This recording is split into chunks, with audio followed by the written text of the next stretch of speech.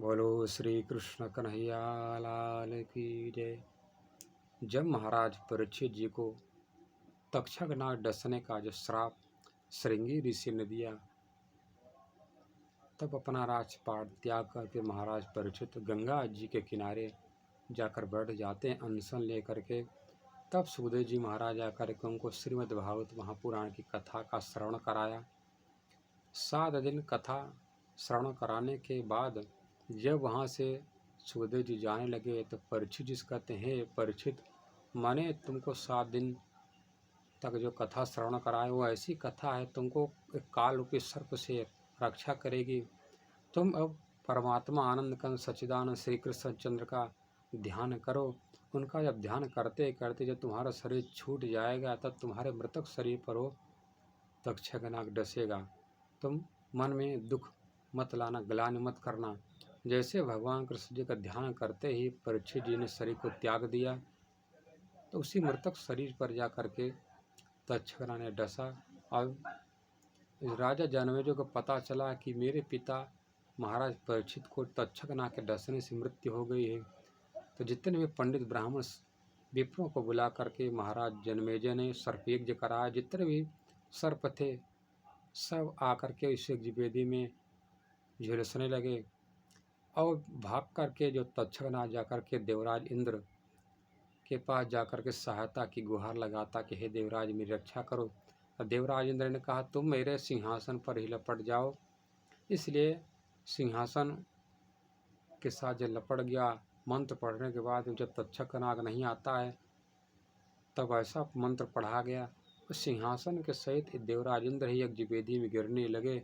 तब उसी समय आस्तिक मुनि आकर के रोक दिया कि महाराज जनमेजय आप कैसा धर्म कर रहे हैं, गलती एक तक्षक की है। उस तक्षक के कारण से आप निर्दोष सर्पों को ही बलि दे रहे हैं, आहुति दे रहे हैं। यदि इसका पता इनके पूर्वजों मतलब भगवान शेषनाग को पता चलेगा जिसके सर पर धरती रखा गया है, यदि उनको इस बात का पता चला मेरे रहते ही मेरे वंश का नाश हो रहा है तो अचानक युद्ध होने लगेगा उनके आने पर।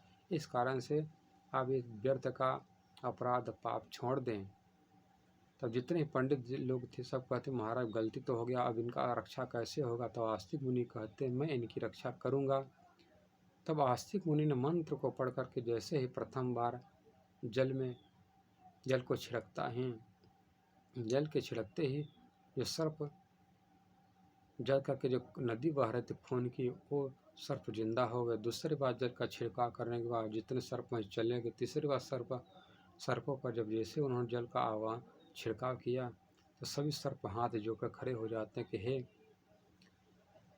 आस्तिक मुनि आपने महाराज जनमेजय के यज्ञ में मेरी रक्षा किया है, मैं आपको वचन देता हूँ, आपसे मैं बहुत प्रसन्न हूँ, आप बताइए आप क्या चाहते हैं। तो सभी सर्पों ने कहा मैं तुमसे यही वचन मांगता हूँ कि जहाँ पर राजा जनमेजय और मेरे कवच का जहाँ पर पाठ होगा उस घर में तुम लोग कभी जाओगे नहीं। मान लो धोखे से कभी चले ही गए, किसी को आहत नहीं करोगे, ऐसा मुझको वचन दो। तभी सभी सर्पों ने वचन दिया कि हे महाराज आस्तिक मुनि आपने हमको इस सर्प यज्ञ से मेरी रक्षा किया है, इसलिए मैं आपको वचन देता हूँ जहाँ पर आपका कोई नाम लेगा उस घर में मैं कभी नहीं जाऊँगा। तब कहते यदि चले गए तो तुम्हारा वैसे ही नाश होगा।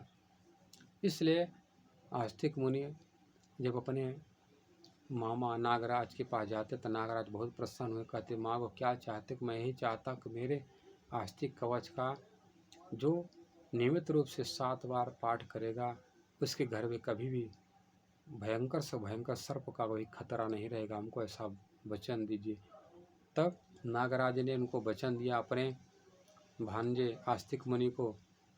तो उनका कवच क्या था, यो जरत कारुणा जातो जरत कारो महायसाह आस्तिकः सर्प सप्तरिव पन्नगानिव विरक्षत तम स्मरंतम महाभागा नमामि हिंसुतमरथ।